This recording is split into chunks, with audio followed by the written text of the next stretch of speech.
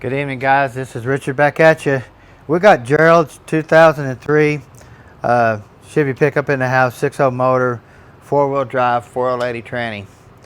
This truck has been through just about everything you could imagine in its lifetime. Believe me, if you look at the first video, the Trent's posting of it, and then we'll be posting the teardown video next. But you'll see the what we're talking about. I mean, just because it's pretty bad. But anyway, this truck here, the tranny, the vehicle moves forward in every gear. Even in park, it tries to go forward. So we pretty much know that the forward clutches are probably welded together, and that's what. The odometer doesn't work. Yeah, there's no odometer working on it at all. It doesn't light up or anything like that to give you a mileage on it. And it doesn't look like it's ever been out as much dirt as Cody had to dig out of this thing. He cleaned the floor 3 times to finally even get this thing out. So it was really, really bad. But we got a lot of nice parts that we're going to be putting in it. We've got all of our bonded pistons, pump gears. We have our lower sun gear, bushing kit. We got our Sonex power pack. We chose that to put in here. Just the weight he pulls and stuff like that. We want to definitely make sure that we have the right shift kit in it. So we have our new band, our intermediate sprag, our forward drum. We have our overdrive, underdrive drum here. This gear here always wears, so we already know that we're going to be putting one of them in there. The harness has already got fluid in it, so we have a new harness set in there. So we do have a couple other things coming in still, but we've already got a lot of parts, really nice stuff to put in it. But let's get this ugly transmission apart. I don't think the fluid's very bad. I think this fluid is just about as bad as you can get it. Now this did come in with a mass airflow sensor code, and you watch the very first video, you'll see pretty much why this tranny's burned up in the very first video that Trent posts. So now this is a rear lube style. The cooler line comes into the back of the tranny, goes to the support, lubricates the lubricates the tranny like this instead of from the front to the rear. So you want to get that transmission line connector out right here. This is going to be the long one. If you put a short one in there, the fluid will drop right out into the case instead of going having into the support here and lubricating the tranny. It'll just fall out. You have to have this extension.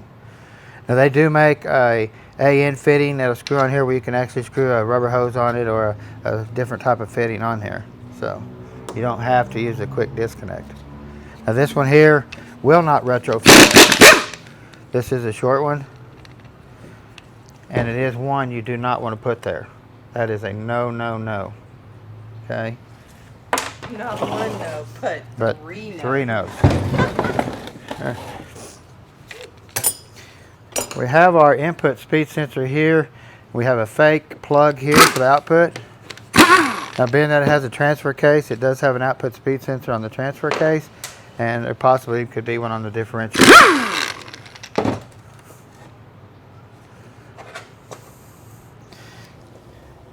We do not have a reluctor gear here at all. You can, like, if you look in here, you'll see a reluctor wheel. See that right there? Well, I can see it better without the light. Oh, can you? Actually. Okay. Yep. Well, there's not one at all. One at all. See? Yep. So even if you put a speed sensor back here, it's not going to count it. There's nothing there for it to count. Now, being that this is a 4-wheel drive, this is an adapter here. Now, if this is a 2-wheel drive, this plug right here would have a tiny hole in it. When the tail housing goes on, it seals here, and the pressure goes through the little channel and goes back and pressurizes the tail housing bushing. We have a snap ring here that holds the seal in here, and then beyond that's the case bushing. So, you know, if you're building had a 2-wheel drive case, and you didn't put the plug in here, it probably wouldn't hurt it. But if you had a 2-wheel drive case and you made it, 4-wheel drive case, excuse me, and made it into a 2-wheel drive, you have to put an orifice in here that has a hole in it. And it will physically have a seal on it. Let me see if I have one here. My gloves are kind of dirty. Let me wipe my gloves off, and I actually got one to show you. This is a 2-wheel drive plug seal right here. You can see the little tiny hole in it. Oh yeah. Okay. Well, this here looks just like a freeze plug. There's no hole in it. So on a two-wheel drive application, you have to have that. That way, that little tiny spray coming out of here lubricates the tail housing bushing. If you put a two-wheel drive tail housing bushing on here without doing that, the bushing it's just going to disintegrate it. That's pretty simple and a no-no.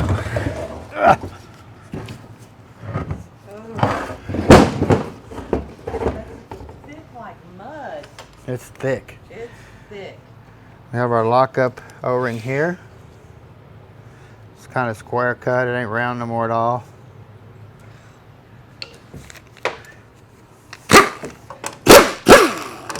Now we did not pull the pan off. Cody just drained it.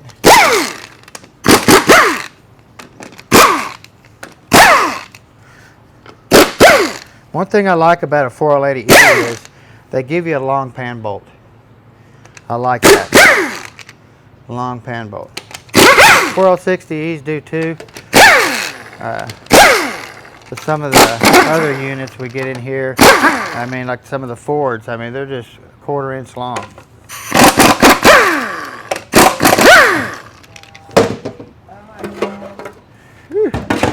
Oh my God. Oh my God. What are you holding your nose for, Teresa? Oh, because it stinks. Oh, Yeah. goodness. I know this one does, and I'm glad I can't smell it, because I know this one You stinks. better not splash any of that on me. Oh goodness. Did this like have a heat problem? Is why that's No, I believe it that mass airflow? probably ran low on fluid, or the mass airflow messed with the pressures. Stuff like that probably took out second or third gear, who knows. But right now the forward clutch is welded solid, and that's why it moves forward in every gear. It can't relax, so Yeah. could have been run low on fluid. But the map sensor code and the way the filter box looked and stuff like that, then definitely in bad shape. Have our pulse width modulating solenoid here, our pressure control solenoid here. We have our pillow switch here. We have our shift solenoids here, A and B. Now these are different. The connector's different. The flange that bolts on are different, so you can't get them mixed up. We have our temperature sensor right here.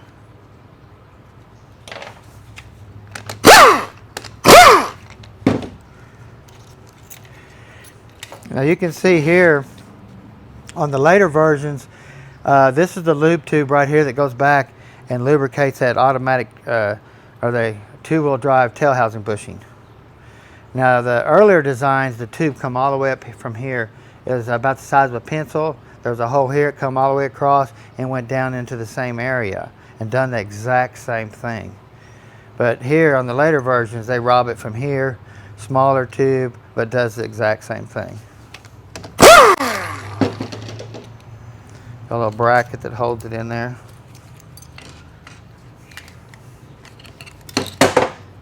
Little tiny holes in the end of this. So you definitely want to clean it out good and make sure it flows and ain't stuck full of metal.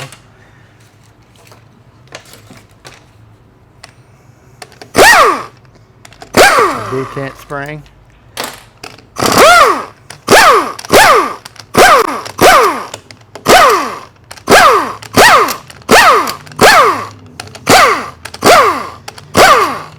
What I like about the air gun is I can just barely bump my trigger, the bolt will come loose, and then it just spins out all the way. See, with me even letting off. Where your electric ones just won't do that. So that's one thing over electric. See, the toast of the gun. See, just be barely touching it. That's why I have my finger on here to stop it actually. We have 8mm here. The pillow switch always covers this 10mm here, kind of right here. They got an indentation to get a chrome socket in there probably, but our impact socket's a little tougher to get in there. A lot of metal in here. They still click though really good.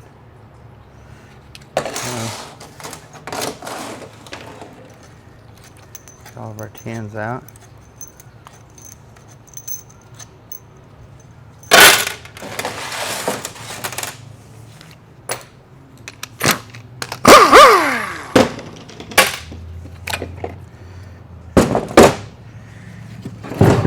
Dang, that's Gonna have to get you some type of apparatus.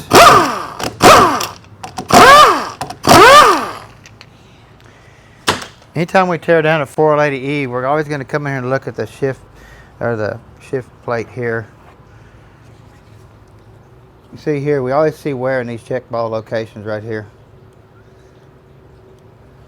Right through here. You'll see it always on this one here. Always you want to check it.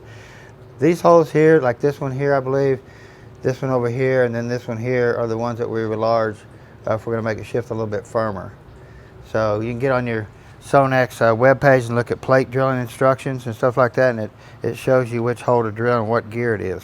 Doesn't give you sizes, but it gives you the holes to drill. And it don't take much on this tranny.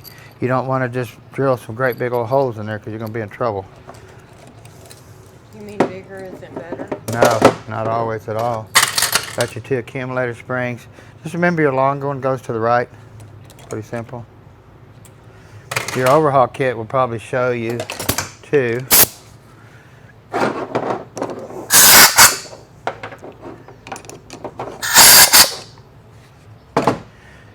Of course, these pistons are different.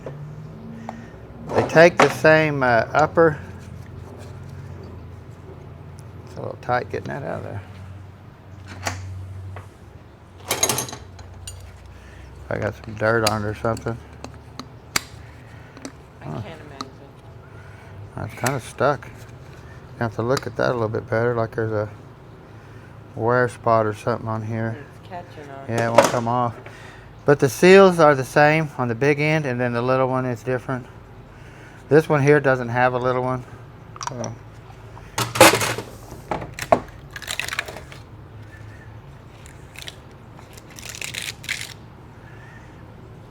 Your gaskets are different. That's kind of, this small one right here is separate from this one here. Just can't see it because of dirt.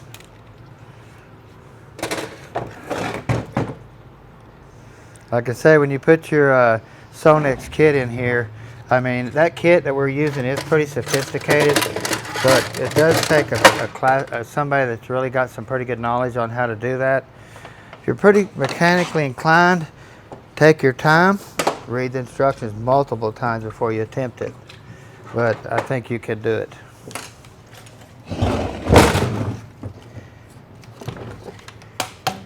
Now our internal harness, the connector is just full of fluid. So we got a new harness for it. And then we got all of our check bolts here. Now these balls right through here are the ones that damage the plate really bad. We always go back right through this area right here with a rubber ball. We don't put metal back through here, okay? And right here, if I blew this out, there's places where you can put a ball right here.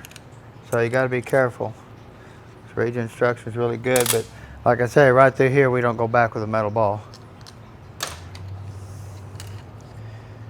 It's your engine brake band servo. Oops.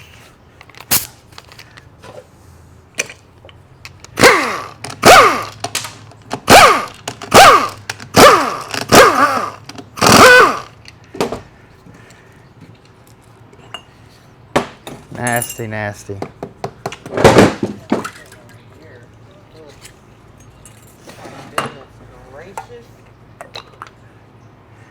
I say, anywhere there's a seal running, always Scotch-Brite it.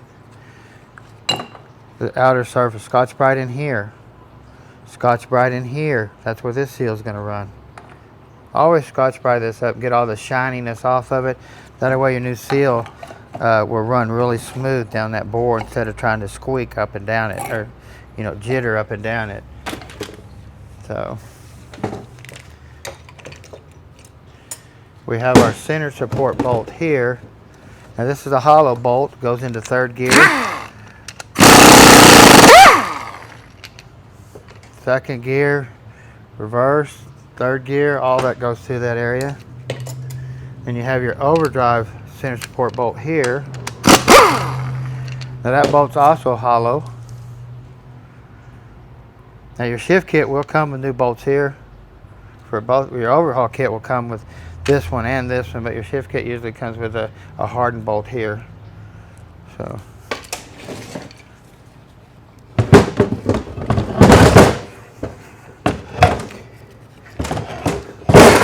Them things are heavy, heavy. Well, it looks like it's been in a field for a few days. I said, if you'd have seen how Cody had to get this unit out, it was really hard. I mean, he was messy all day long. But you can see here, just by taking these bolts, this is how fluid runs out those bolts. Pressure is going through the pump is all through the lower part of the case right here. Now, you do have some cooler line stuff up through here, but most of your pressure is going to be right through here. That's where you're going to see it. Some of these bolts are coming out just totally dry, no oil at all. You probably leave the washer out and it would never leak. But you get down over through here where your cooler line is, stuff like that, then you're going to see leakage into the bolt. So that's why we always double seal them.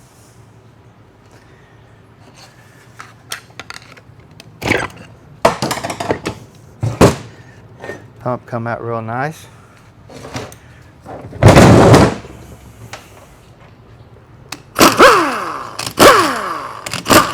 Every one of these you get, you want to keep your fingers crossed and hope the pump is good. Because these things are starting to get really scarce right now. Even the pump gears are getting tough to get. So you always want to cross your fingers and hope it's nice looking. Looks really nice. Hopefully, I have to get my glove off because I don't want to feel anything. And I don't. I see something, but I can't feel it. Yeah, that's so we just have to clean this up. Now you can tell here the rear cooler line style pump. If you have a front cooler line style, it will not have this little slice through this land right through here. Okay. And also, this is a deep style filter that has the little bumps on it. The shallow pan filter has no bumps.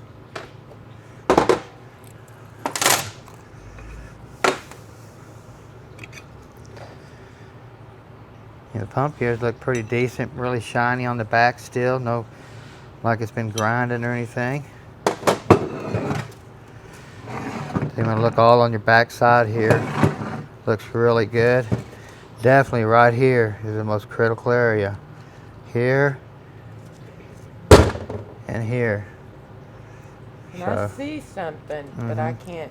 The only way to know is to clean it. We find a lot of stuff wrong with these units that we miss in the videos once we get these cleaned up and take my gloves off and start inspecting this stuff. So and you can see here how this bushing looks really nice. Got a lot of babbitt on it still, but you get over here to the bottom, it's down to the brass. So this is going to be the bottom of the transmission right through here. So what you see right here is the crankshaft main bearings wore in the motor, and the crankshaft setting low in the motor and causing it to push down on the pump bushing right here, letting the converter set down lower. We see that a ton in these high mileage vehicles like this.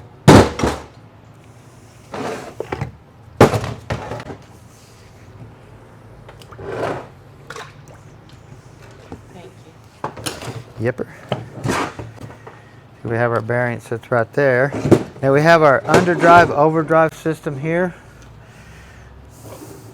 Like I was telling you earlier, there's always wear through here.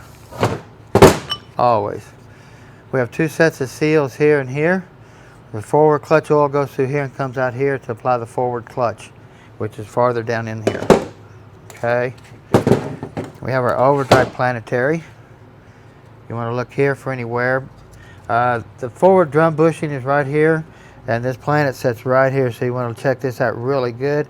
If this bushing here wears, it messes up your planet, and it lets this shaft right here rub down inside the forward drum and wipe it out. So we're going to get in there a little bit farther and see what that looks like, because that's a really common problem with this unit. Now this is a later version. It's got the smaller sprag assembly here. You kind of turn it like that to the right and unlock it and pull it out. If it turns to the right, it'll kind of click and come out. Engine brake clutches here. This is the little sun gear we're talking about that's always wore out, and this is just wore plumb out. Yeah, you can see it. I mean, it's just wore out. So you'll keep your springs, put your new drum, put your new bonded piston in there, put it all back together. And like I say, I see wear here really bad too. We're gonna have to clean this up and see if it's worth using, but it doesn't look it. And the difference from early and late is this will be a lot bigger diameter in here. So if you have a late model Planet, or excuse me, an early model Planet, it'll just fall on this sprag because of this sprag is so much bigger. So we got to find a Planet like this with a smaller outer diameter. So of course we have our overdrive clutch here.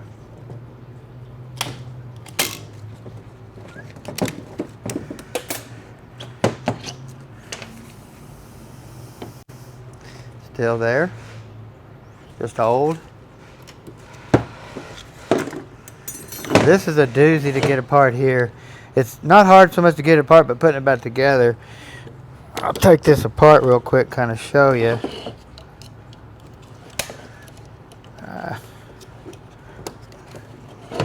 Kind of go around and push it. Every place right here is a lock to keep that snap ring in behind it. So you got to push it and get it out from behind there. Pull that out. Okay. But now this falls apart like this, and you have a seal here and a seal here. And the trick of getting that back together is some experience. Let me tell you, because it takes one hand, your little knife that goes around here, and then you go around here, and then you just slowly work it. And then we'll set it on a shell like this, and then we'll put this back on. That way it holds the two together while I'm messing with it. So, pretty simple.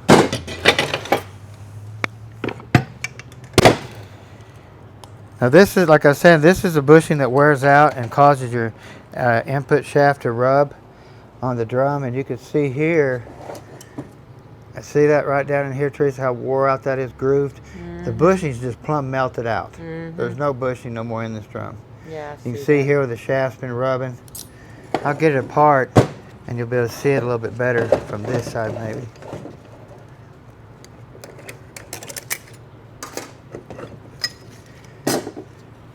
Now you remember this thing went forward in every gear, so one of these clutches is going to be welded to this steel. Let's see if we can find it. This one here is trying to be. Oh, there it is right there. See, that's welded to steel. So once it does that, even though you put it in any other gear, this gear's not letting go. Even though the piston's probably backing up and all that type of stuff. But once it's welded solid, it's going to go forward in every gear because that's your forward clutch. It's even going to try to go forward in park. So when you put it in park and try to rev the motor up, it's not going to rev up. It's going to be like it's going to be in gear. Pretty much. Yeah. So, and then of course, like I was saying, you can get in here and see how bad that shaft has been rubbing. Right here. Yeah. Really bad. And what it does, it just wipes out the sealing rings through here. Because if you stick this through here, that's how that runs, just like that. But you have a feed hole right there, see, and this is your apply for it. See, goes through here, comes out there and applies that clutch. So,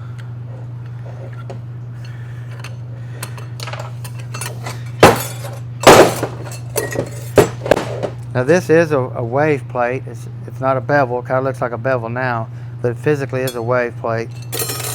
What you have is flat steel go against your wave, and then a clutch, and then stack it up all the way out. And then we have bonded pistons in here. But we'll be throwing this whole drum away. Now we'll be keeping the spring retainer and stuff out of it, and then putting a new piston and everything in our drum over here we have on the table. This is pretty much just trash.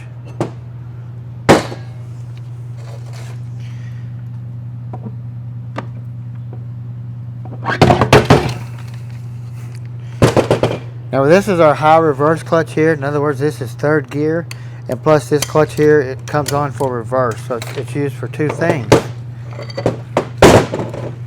So we get over here, and of course it's fried too. It's not as bad as the forward, but it's really bad. Now how this clutch come to look like this probably is because the filter plugged up. Once the pressure started messing up and all that type of stuff, the filter plugged up. Bless you, Teresa. It's what I want to call kind of like a domino effect. Right. Yeah, that's what I was going for. You know, so now you notice we do have a wave in third gear. Always leave your wave in third gear. That way you don't have a harsh reverse. Now you got to remember they use this clutch for two things: third gear and reverse. So if you take this out, you're going to have a harsh reverse. Anytime you make third gear shift firmer, it's going to affect reverse on this tranny. High stall converter, race car, 4,000 stall, something like that, chunk the wave. But if it's a four-wheel drive, daily driver, something like that, you want to put that wave back in there. New bonded piston, put in there. Now we have a locking style spiral snap ring right here. Instead of just your normal snap ring, that's just a open style. Come on, get off here.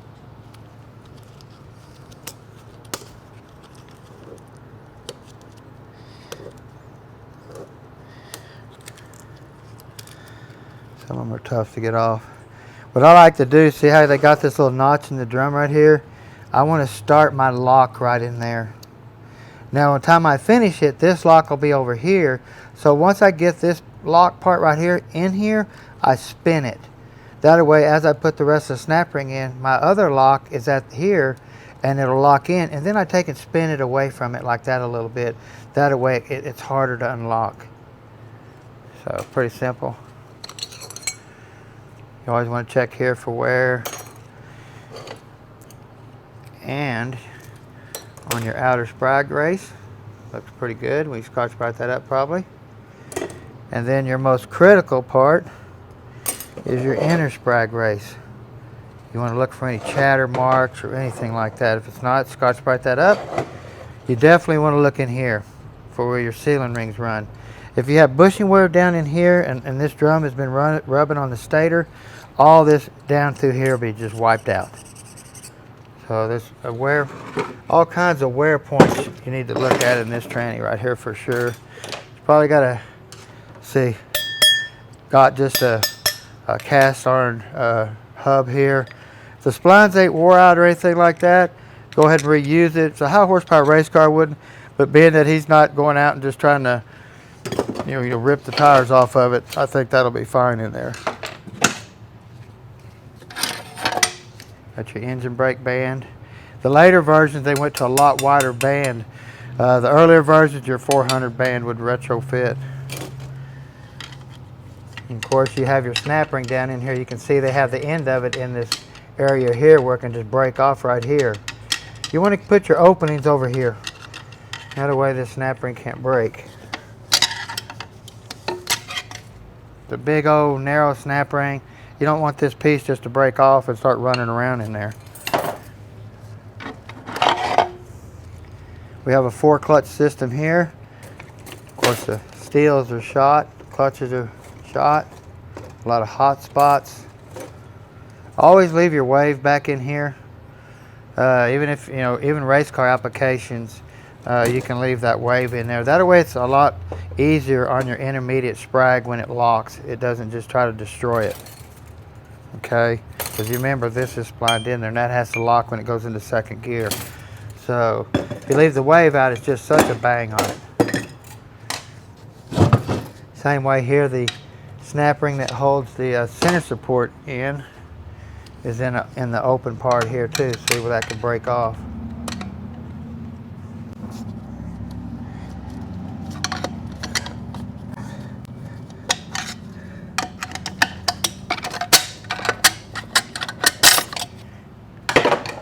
Now this has a bevel on this side and flat on this side. Always put it in flat in, But always put your opening over here, not in the cavity like that. Put it over here like that.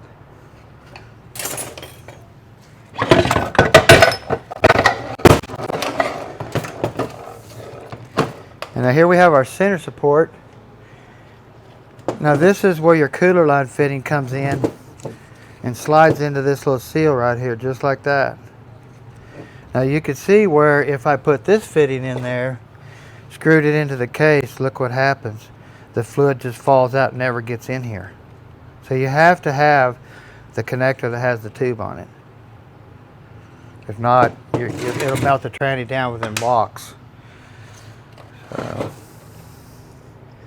So we'll put a new bushing in here. Scotch-Brite this up good. Put your new sealing rings here. So they make an early and a late model bushing, center support bushing too, so you got to be careful there. Always check your bearings. You have a brass thrush washer that goes up inside your center support. They make plastic ones that are different thicknesses. That way you can adjust your clearance in the back side of it. This tranny adjusts in two places. Behind the center support, it's adjustable, and in front of the center supports, it's adjustable. So, pretty easy. And we have our lower sprag assembly. Now some of the sprags, depending on what year, some will have a leg that stands it up in the drum or in the Planet, and some won't have no legs, but they have a ring down in here that holds it up. And some of them, the drum physically has it built into the drum that holds it up. So they make different ones. You always want to look here for wear. You have a washer down in here that always, these pins move right here and they slide up and they start cutting the washer out right here. Now what we do, we come in here and TIG weld all four of these pins on these rollers right here where they can't move. We'll make sure they're below surface, and then we'll come in here and TIG weld these up. Put a new bushing, 80 grit this all the way around, buff this up where it looks really nice. Check your gears for any wobbling or anything like that. And then we get down to the shaft here that goes into the center of everything. If you notice, we have these bushings have grooves in them. And these grooves are there for the lubrication oil to move forward in the transmission. The earlier design, there was no grooves. So if you put no groove bushings in this unit, you're going to stop the lubricate oil on both ends. So you can see here's a new bushing, how they look in a brand new bushing. And that's for lubrication oil to go all the way to the front. Now the earlier designs, the oil physically goes through the center of the shaft. On the later versions like this one, the oil goes on the outer sides of the shaft and travels through the bushings and through some of the gears through these, like these 4 holes here on your sun gear. If you put a 400 sun gear in here with just 2 holes, you're in trouble. You'll block off your lube circuit. We replace all of our sun gears. I mean, we just, as everyone who come in here just wore plumb out in our 400s and in our 480Es. So, and we have a thin snap ring that sets in the case for your center support to set on. They make 2 thicknesses of these center supports. If you have a thick, no snap ring. If you have a thin, it takes a snap ring in the case. Here's this plastic washer I was talking about that this Planet eats when that one of them pins move. Now we'll leave the plastic out, put a brass washer right there anyway, so, excuse me. But on this Planet right here, this is your parking spot right here, your lugs for your parking assembly. And right here, there would be a counter for the speed sensor if it had one. If this was a 2-wheel drive and had dual sensors, there would be a counter right here that looked just like this, but it would be right here for this sensor to see it. So,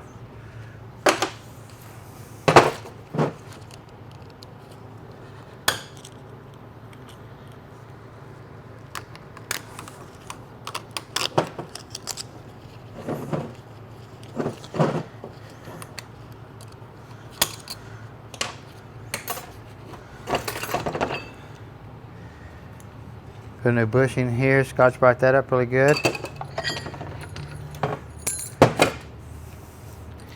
Now you do have a bearing that sits back here. You got an inner race down in here and another bearing. But you see that little hole right there? That is the lube hole for this back bearing and bushing right there.